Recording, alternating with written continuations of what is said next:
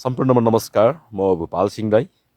अहिले म थुलुङ दुधकोशी गाउँपालिका वार्ड नम्बर 9 लुखिम स्थित तोसीखुममा आएको छु। संस्थाले यो माघ 1 गते आयोजना गर्न लागिरहेको कार्यक्रमको स्थल हो। यो घेराबार जाउख्लेव र खक्सिलिकको प्रतिमालाई सुरक्षित गर्नका लागि यो घेराबार अहिले निर्माण भइरहेको छ। यो घेराबार को लागि लोखिम वडा कार्यालयले 5 लाख रुपैयाँ बजेट विनियोजन गरेको थियो र उक्त बजेटलाई कार्यान्वयन अहिले यहाँ भइरहेको छ। खक्सिलिक र जाउख्लेवको प्रतिमा राख्ने स्ट्यान्ड हो यो। यहाँ स्ट्यान्ड राखिनेछ। यो जाउख्लेव र खक्सिलिक भनेको चाहिँ हाम्रो किराँतहरूको आदिम पुर्खा हो भन्ने हाम्रो मान्यता छ।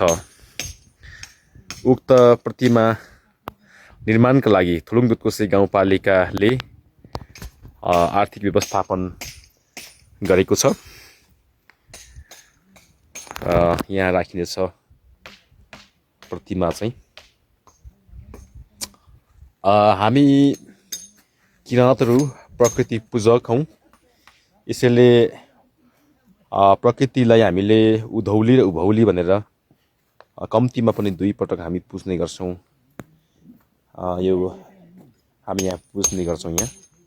यसलाई पनि हामीले घेराबारभित्र संरक्षित गर्न का लागि कोसिस गरिरहेका छौँ।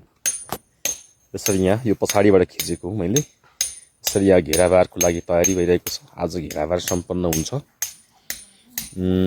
यो स्थान हो थुलुङ दुधकोशी गाउँपालिका वार्ड नम्बर 9 लुखिमको तोसीखुमको। यो ठुलो एउटा संरचना छ।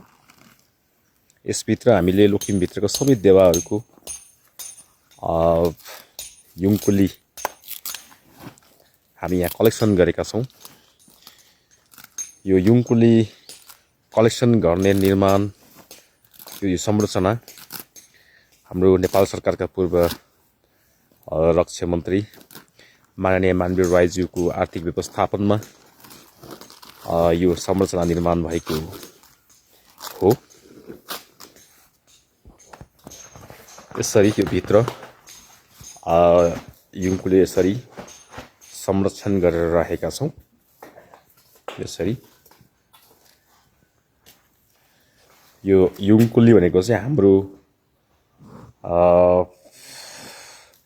देवा हाम्रो मुन्दुम अनुसार यो ढुङ्गा निकालेर योले हामी युङकुली भन्छौँ।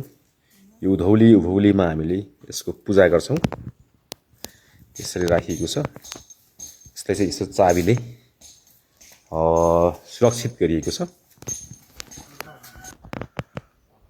माघ 1 गतेको प्राण प्रतिष्ठा कार्यक्रमको स्टेज आयोजकले यहाँ निर्माण गर्न लागिरहेको छ। यहाँ निर्माण गर्नेछ।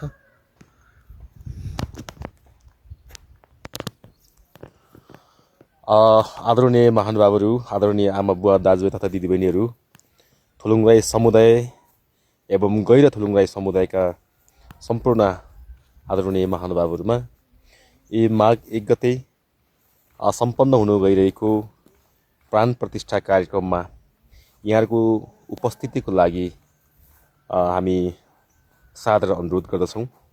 आयोजकले औपचारिक हिसाबले पत्रचार पनि गरिरहेको छ। सम्भवतः यहाँहरू धेरैको हातमा पत्र आएको हुनुपर्छ। यदि पत्रचार भएन, पत्र आइपुगेन भने पनि यहाँहरूलाई हामी यस पवित्र कार्यक्रममा यहाँहरूको गरिमामय उपस्थितिको लागि सादर अनुरोध गर्दछौँ।